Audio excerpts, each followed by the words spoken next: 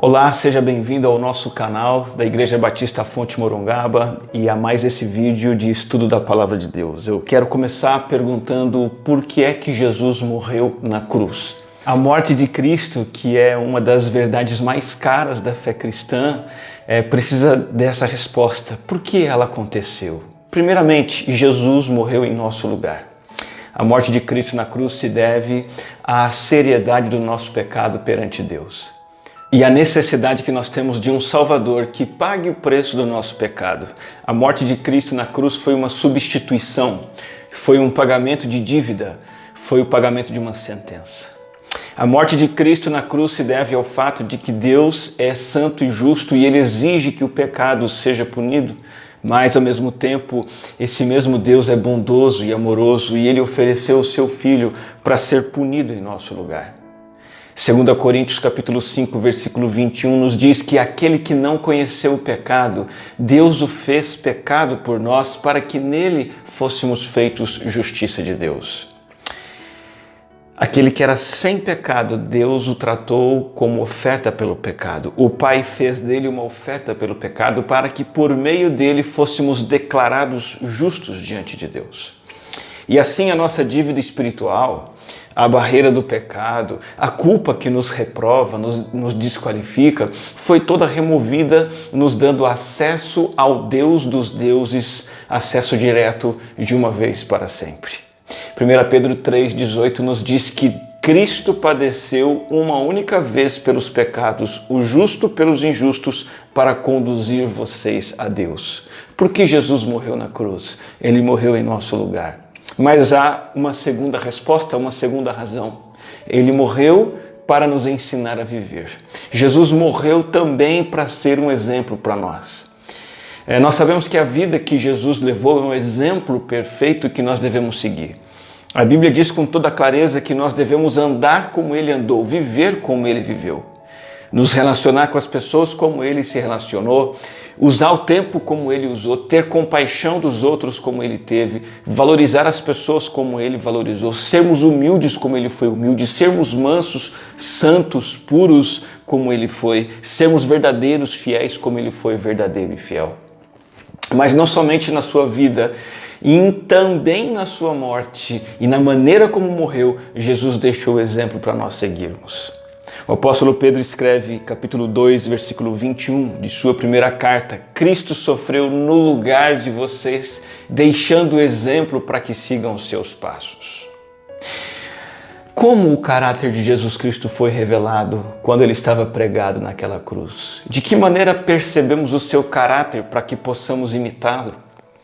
Nós estamos estudando 7 afirmações que Jesus fez na cruz, porque através delas nós entendemos princípios de vida e nós tiramos delas princípios para viver. A maneira como Jesus morreu é para nós uma maneira como nós devemos viver. Primeira, Pai, perdoa-lhes, pois não sabem o que estão fazendo. Jesus morreu perdoando os seus algozes, os seus adversários. A segunda afirmação: em verdade lhe digo que hoje você estará comigo no paraíso. É essa que nós vamos estudar e é sobre ela que nós vamos conversar hoje. Em verdade lhe digo que hoje você estará comigo no paraíso. Lucas 23, 43. Você deve saber, 2 ladrões foram crucificados com Cristo, um à sua direita, o outro à sua esquerda. Um desses ladrões fez um pedido para Jesus. Lucas conta, ele diz: Jesus, lembre-se de mim quando você vier no seu reino. E a resposta de Jesus foi essa: hoje você estará comigo no paraíso. O nosso Senhor morreu entregando a verdade da vida eterna, entregando a salvação a uma alma condenada. Jesus morreu alcançando o que estava perdido e assim na sua morte ele nos ensina a viver da mesma forma. Eu quero que você note aqui a compaixão de Jesus pelo pecador. Preste atenção no cenário. Jesus está pendurado na cruz. Ele está sentindo o ódio venenoso de seus perseguidores injustos e ele está carregando a punição dos pecados de todos que o próprio Deus, o Pai, colocou sobre ele. É difícil compreender que mesmo assim ele tivesse forças e interesse na salvação de um único pecador. Mas ele estava. Jesus, na verdade, nunca esteve ocupado demais consigo mesmo ou afligido demais com problemas, de modo que não se interessasse em levar alguém à salvação. O compromisso de vida de Jesus sempre foi trazer as pessoas de volta para Deus. O Filho do Homem veio buscar e salvar o que estava perdido, e isso é compaixão. Quando os soldados romanos arranjaram as cruzes naquela posição, com Jesus no meio e um ladrão de cada lado, eles estavam cumprindo uma antiga profecia, talvez sem saber. Uma profecia acerca do Messias, lá de Isaías, que diz assim: ele foi contado entre os transgressores. Essa profecia significa que Deus, o Pai, decretou que ele, o único santo, deveria morrer pelos profanos. Jesus não apenas morreu entre criminosos, mas foi tratado como um deles. Lembre-se disso quando alguém disser para você que Deus não se importa com a ruína deste mundo, ou quando você tiver dúvida se Deus realmente se preocupa com este mundo. Ele se preocupa, ele desceu até nós para nos redimir dos nossos pecados, para que nós pudéssemos subir com ele em novidade de vida.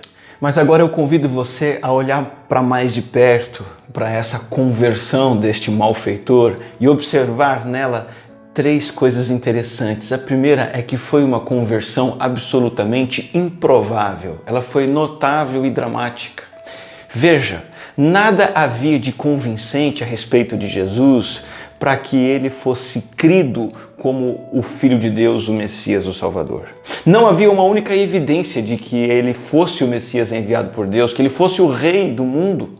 Humanamente falando, ele é apenas um homem pobre, indefeso, vítima de injustiça, morrendo porque foi totalmente rejeitado ou talvez porque de fato fosse um criminoso. Não tinha ninguém no Monte do Calvário pregando fervorosamente, apontando para Jesus e dizendo: ele é o Cordeiro de Deus, ele é o Messias que tira o pecado do mundo, ele é o Filho de Deus. Não havia isso. Até os inimigos, até os amigos de Jesus haviam negado e abandonado. Um deles tinha até traído Jesus. O povo que tinha aplaudido Jesus dias antes agora está celebrando a sua morte na cruz. Ele estava numa posição de fraqueza, vergonha e desonra. Nada daquilo era o que se esperava de um Messias. Muito menos ser crucificado daquela forma pelo Império Romano. Na verdade é o contrário. Desde o início em que o povo de Israel almejava o Messias, eles almejavam um Messias vitorioso, glorioso, que trouxesse a espada e derrotasse o Império Romano ou qualquer outro império. Só que, na verdade, Jesus, com a sua vida desde o início, mostrou uma condição humilde que era um escândalo para os judeus. E essa forma de morrer foi um escândalo ainda maior. Veja que também não havia nenhum fenômeno sobrenatural acontecendo ainda para convencer que aquilo fosse uma obra de Deus. A terra não tinha tremido ainda, a escuridão não tinha tomado toda a face da terra ainda, os sepulcros não tinham sido abertos, tudo isso vai acontecer depois. Então você percebe que as condições para que aquele ladrão, malfeitor, cresça em Jesus como Salvador foram condições totalmente inesperadas, desfavoráveis, pouco convincentes. Na verdade, o próprio criminoso, no início, zombou de Jesus junto com outro crucificado. Só que alguma mudança no coração dele aconteceu ao longo daquelas horas passadas na cruz. E ele repreendeu então o outro malfeitor que estava zombando de Jesus. Lucas 23:39 diz assim: um dos malfeitores crucificados blasfemava contra Jesus, dizendo: você não é o Cristo? Salve a si mesmo e a nós também. Porém o outro malfeitor o repreendeu, dizendo: você nem ao menos teme a Deus, estando sob igual sentença? Então essa foi uma conversão totalmente improvável, mas também foi uma conversão absolutamente irrefutável.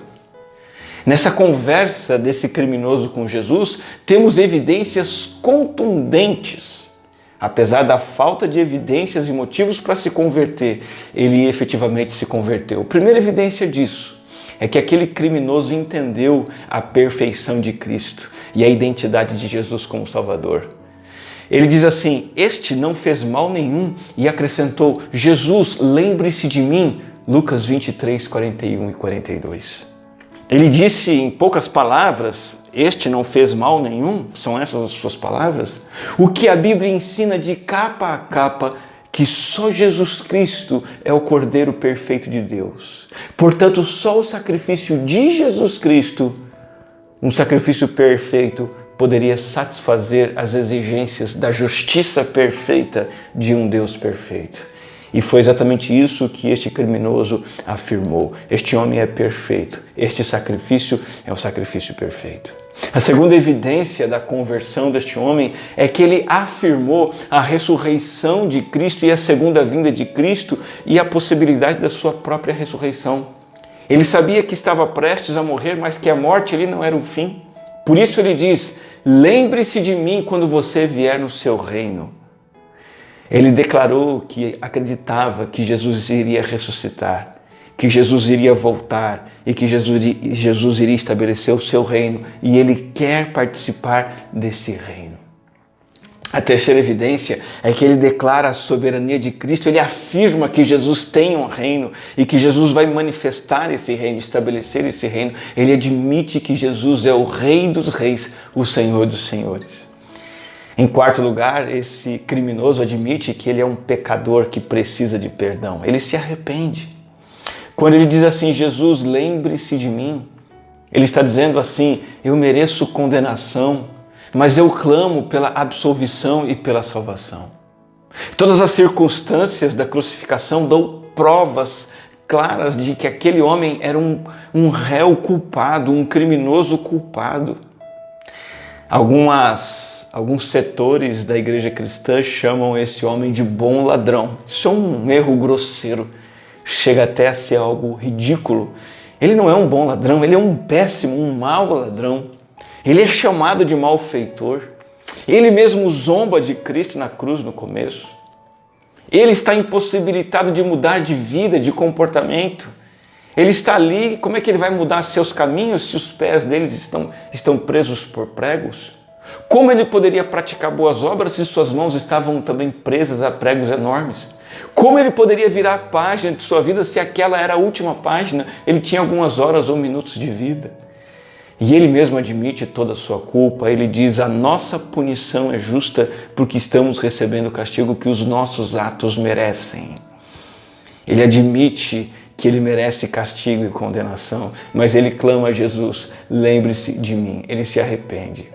O temor apoderou-se da consciência desse homem e ele viu o juízo próximo de si e resolveu fazer a única coisa que poderia salvá-lo, pedir misericórdia e perdão ao Salvador. Percebe que esse ladrão não ficou se justificando, não ficou apresentando desculpas. Ele não prometeu para Jesus fazer tudo certo dali para frente, até porque isso seria um absurdo, ele não teria como cumprir essa promessa. Ele não ficou dizendo para Jesus, olha Jesus, eu fui um criminoso, mas eu fiz muitas coisas boas na vida. Quem sabe se o Senhor não pesar na balança, as coisas boas que eu fiz não vão compensar as coisas más. Ele não faz nada disso, ele simplesmente admite que não foi bom o suficiente diante de Deus, porque ninguém consegue ser. E o que ele faz? Ele pede perdão. Ele diz, Jesus, lembre-se de mim. E na sua profunda iniquidade, este homem representa você, meu caro amigo, minha cara amiga. Este homem representa cada um de nós. Talvez você não tenha roubado um banco, mas apenas um guarda-chuva na porta da igreja. Ou seja lá como for, de fato você é um infrator da lei de Deus, como aquele ladrão. Em diversos aspectos, diversas vezes ao longo de toda a sua vida. Todos nós deixamos de dar a Deus a glória que é devida a Ele. Todos nós deixamos de honrar a Cristo como Ele merece. Todos nós buscamos glória e honra para nós mesmos e viramos as costas para o que Deus diz. Todos nós carregamos o peso da culpa e a evidência da nossa conversão é nós admitirmos o nosso pecado e nos arrependemos diante do Senhor. Então você tem essas evidências claras de que aquele criminoso se converteu. Ele entende que Cristo é o sacrifício perfeito. Ele entende que Jesus vai ressuscitar e ele também.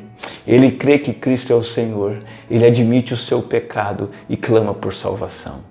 E sabe, a terceira verdade sobre essa conversão é que ela é uma conversão autenticada, legitimada, válida e reconhecida. As palavras de Jesus para esse homem são maravilhosas. Eu garanto, hoje você estará comigo no paraíso. A salvação daquele pobre condenado foi uma salvação certa e garantida. Você sabe que ninguém mais ouviu de Jesus palavras como essas? Hoje você estará comigo no paraíso? Nós não sabemos se Jesus disse isso a Paulo, a Pedro ou qualquer outro dos santos da igreja. Mas este homem ouviu essas palavras. Como ele poderia descansar tranquilamente a sua alma, sabendo que estava salvo? Simples, pela mesma garantia que a todos nós é dada pela palavra de Deus ao longo dos séculos. A Bíblia diz: todo aquele que invocar o nome do Senhor será salvo. A Bíblia também diz: aquele que tem o Filho tem a vida. Sabe, não sei se você é um deles, mas muita gente mantém sob suspeita a possibilidade de ter certeza da salvação eterna. Muita gente pensa assim: a cada deslize eu posso perder a salvação. Muita gente aceita Jesus centenas de vezes ao longo da vida porque acha que é arrogância ter certeza da salvação. Mas é a própria Bíblia, a palavra de Deus, que nos dá absoluta certeza quanto a isso. E é a própria palavra que nos aponta o caminho para isso, Jesus Cristo crucificado.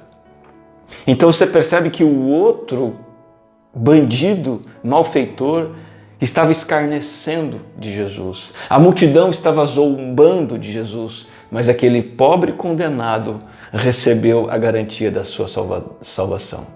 Ele era um pecador sem mérito nenhum. Ele era um condenado culpado. No entanto, ele sabia e ele soube que foi salvo por um ato definitivo de Deus em Cristo Jesus. Ali ele soube sem dúvida alguma que estava indo para o céu, porque o próprio Jesus garantiu isso a ele. Que dia, meu amigo, que dia, minha amiga. Pense no dia desse homem. O dia vivido por esse ladrão. De manhã, um condenado à pior das execuções, sendo colocado numa cruz, sentenciado com justiça à crucificação. O dia passa e ao anoitecer ele é recebido no paraíso pelo próprio Cristo. Essa é a compaixão de Deus em ação, é a graça soberana. Essa é uma conversão totalmente improvável, mas com evidências irrefutáveis e que foi garantida pelo próprio Cristo. Essa salvação foi garantida pela compaixão graciosa de Deus. A salvação não é obra meramente humana, é uma operação soberana da graça de Deus. Deus moveu o coração daquele malfeitor para convencer aquele homem das verdades a respeito de Jesus, e Deus pode estar fazendo isso no seu coração agora mesmo. É claro que a salvação é resultado indireto de fatores humanos. Aquele que está pregando o evangelho da salvação, se ele tiver um poder de influência e persuasão, isso tem peso. Há circunstâncias propícias para que uma pessoa se quebrante, se converta. Talvez crentes orando pela conversão de uma pessoa também faça diferença. Mas a conversão é resultado direto da graça de Deus que intervém na nossa vida como interveio na vida daquele malfeitor. Deus dissipou as trevas do coração daquele homem e ele veio a crer. E isso aconteceu através da instrumentalidade de Jesus. Enquanto Jesus morria, ele estava preocupado em ser instrumento do Pai para alcançar os perdidos. Jesus se mostrou sensível ao ser usado pelo Pai para trazer à salvação uma alma condenada. Jesus morreu alcançando o que estava perdido. Eu queria terminar essa reflexão deixando com você duas aplicações bem práticas. Primeira, seja alcançado pela salvação que há em Cristo Jesus. O desejo de Cristo pela salvação de pecadores como você e eu é constante. Jesus veio para isso, ele veio buscar e salvar o que está perdido. E ele fez isso até mesmo enquanto morria na cruz. Então, assim como aquele malfeitor descansou nessa verdade, você também pode descansar nessa mesma verdade. Se você ainda não entregou sua vida totalmente aos cuidados de Jesus Cristo, faça isso agora mesmo. Ambos os ladrões estavam expostos às mesmas chances e oportunidades. Os dois viram Jesus orando pelo perdão dos seus carrascos. Os dois ouviram a multidão gritando. Os dois conversaram com Jesus no ato da crucificação. E nessa dinâmica da história, nós vemos a história de todos nós, a história de toda a humanidade, inclusive a sua história e a minha história. Se você estivesse ali, presente, o que você diria a Cristo diante de Deus naquele momento? Você deve saber que hoje, 2022, aqueles dois homens, companheiros de Jesus Cristo na crucificação, eles estão separados para sempre. Cada um com o seu destino. Um está na presença de Deus, o outro está no lugar de tormento, isolamento e terror. O que separou os dois não foi a quantidade de coisas más que fizeram. Os dois devem ter praticado a mesma quantidade de maldade. Que interessante. Eles estão separados porque um pediu ajuda a Cristo, o outro desprezou Cristo, ridicularizou Cristo e abandonou a salvação que lhe era oferecida. Sabe, o mundo para Deus não é dividido como o homem divide. Existe o mundo oriental e o mundo ocidental. Existe o mundo rico e o mundo pobre. O mundo para Deus está dividido pela cruz. De um lado estão aqueles que olham para a cruz e veem nela a ajuda de Deus para a sua salvação. E do outro lado existem os que olham para a cruz e falam: que bonito, mas isso não é para mim. Que legal, mas tá bom, vou tocar minha vida. Não, esses são os que se auto-justificam, que acham que vão entrar no céu por muitas outras formas e adiam a decisão de confiar na cruz de Jesus Cristo. Saiba disso, o céu e o inferno não são lugares distantes de cada um de nós, porque essa distância não é uma questão física, tudo depende de como a obra de Cristo na cruz é aplicada sobre nós, ou como nós olhamos para a cruz. 2 Coríntios 6,2 diz o seguinte: hoje é o dia sobremodo oportuno, hoje é o tempo de salvação. Não esqueça isso. Assim como a salvação estava ao alcance daqueles dois ladrões, hoje ela está ao seu alcance. Não perca tempo.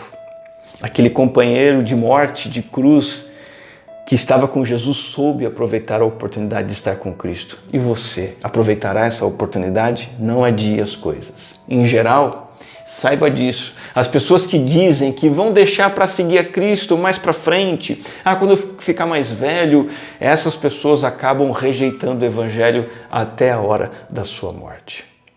Quando você olha para o ladrão arrependido, vê que assim como ele, você pode ser bem recebido na eternidade.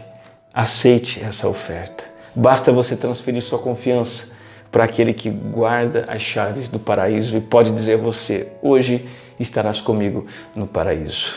Seja alcançado pelo Cristo que veio te alcançar na cruz do Calvário.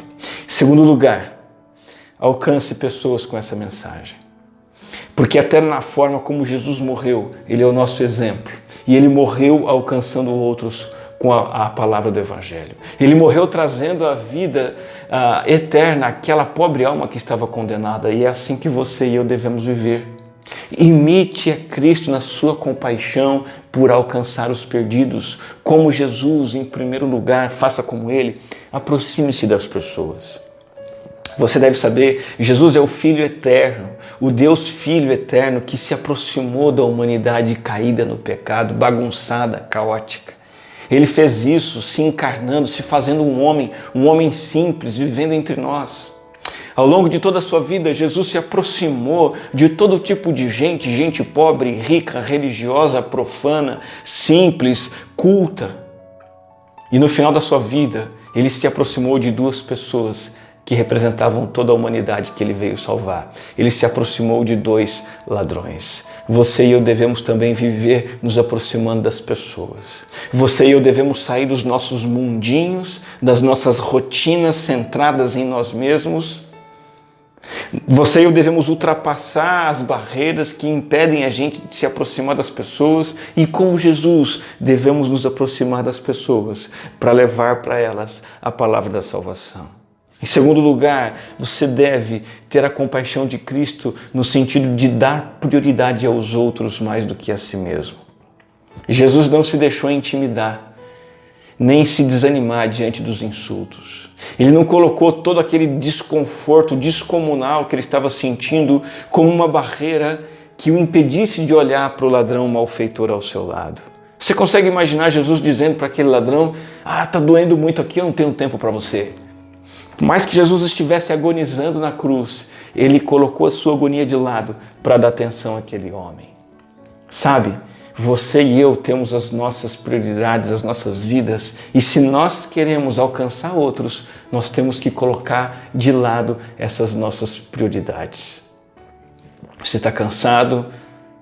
Deixa o cansaço de lado e se aproxima da pessoa que precisa da sua ajuda. Você está com muitos compromissos, você tem vergonha, você tem uma oportunidade de entretenimento e lazer, você tem outros afazeres. Abra mão dessas coisas para que você esteja com aquele que precisa da compaixão de Jesus. Abra mão da sua agenda para ir na chácara reviver, levar uma palavra de consolo aos internos ali. Abra mão da sua agenda, de compromisso na sua agenda, para ir na Vila Minha Pátria servir os refugiados. Abre mão de um compromisso, de um entretenimento para você conversar com uma pessoa que precisa de uma palavra de salvação, para você dar atenção para quem está chegando à igreja e é novo ainda. Abra mão dos seus compromissos para você ajudar a igreja no seu ministério com crianças, com adolescentes, a apoiar esse trabalho.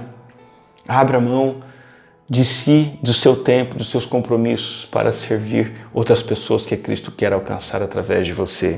E em terceiro lugar, imite Cristo em sua compaixão, não somente se aproximando das pessoas, dando prioridade a elas, mas também dialogando com elas sobre o reino de Cristo. Ouça as pessoas, fale com as pessoas, faça isso com atenção e amor. Acima de tudo, fale com elas sobre a possibilidade real delas estarem com o Senhor no paraíso. Uma possibilidade que é real, imediata e que depende tão somente da gente fazer exatamente o que aquele ladrão fez. Confiar na pureza, na santidade de Cristo. Reconhecer que Ele é o Salvador, admitir o pecado e tomar a decisão e clamar ao Senhor: Deus, me dê um lugar no paraíso. Sabe, nós temos que aprender a ser interlocutores das pessoas.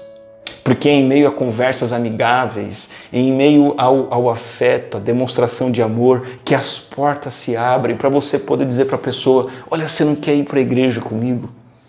Olha, você não quer ir no culto comigo na minha igreja? Tem sido uma bênção. Vamos lá, amigo, vamos lá no café de homens. Vem participar da escola bíblica na minha igreja, está sendo muito legal. É por meio de conversas amigáveis que você pode dizer para alguém: olha, vamos estudar a Bíblia, vamos conversar sobre a palavra. É em meio a conversas amigáveis que você pode dizer: puxa, posso fazer uma oração por você? Posso te ajudar em oração? E por último, pratique a compaixão de Jesus pelos perdidos, apoiando o alcance daqueles que estão fora do seu alcance. Isso é obra missionária. E esse é o trabalho dos missionários. Eles estão indo para lugares onde não podemos ir, acessando pessoas que não podemos acessar. Você não pode ir, mas você pode dar suporte e deve dar suporte a quem vai, incentivando esses irmãos, intercedendo, orando por eles, investindo com o seu dinheiro e contribuindo para a obra missionária. Saiba disso. Jesus morreu alcançando o perdido e você e eu devemos viver alcançando o perdido da mesma forma. Que esta frase de Jesus, quando estava pendurado na cruz, nos inspire a viver uma vida em que nós buscamos alcançar os que estão perdidos ao nosso redor, depois de nós mesmos termos sido alcançados pelo nosso Salvador. Pensando nisso, eu queria convidar você a orar comigo. Vamos falar com Deus? Graças te dou, Senhor, por ter vindo aqui a este mundo alcançar cada um de nós, nos resgatar dos nossos pecados. Senhor, assim como o Senhor em sua morte morreu alcançando aquele ladrão para a glória celestial, que nós também vivamos buscando alcançar os perdidos ao nosso redor, demonstrando amor por eles, nos aproximando deles, dialogando com eles, abrindo mão da nossa prioridade, da nossa agenda por eles e apoiando o trabalho daqueles que vão aos confins da terra levar a sua palavra. Que seja a nossa vida centrada em alcançar todos aqueles que estão perdidos, precisando de perdão e salvação. É a nossa oração em nome de Jesus. Amém. Que Deus abençoe sua vida. Não deixe de acompanhar todas as mensagens que nós publicamos aqui no nosso canal. Deixe o seu like, o seu comentário, compartilha essa palavra com bastante gente.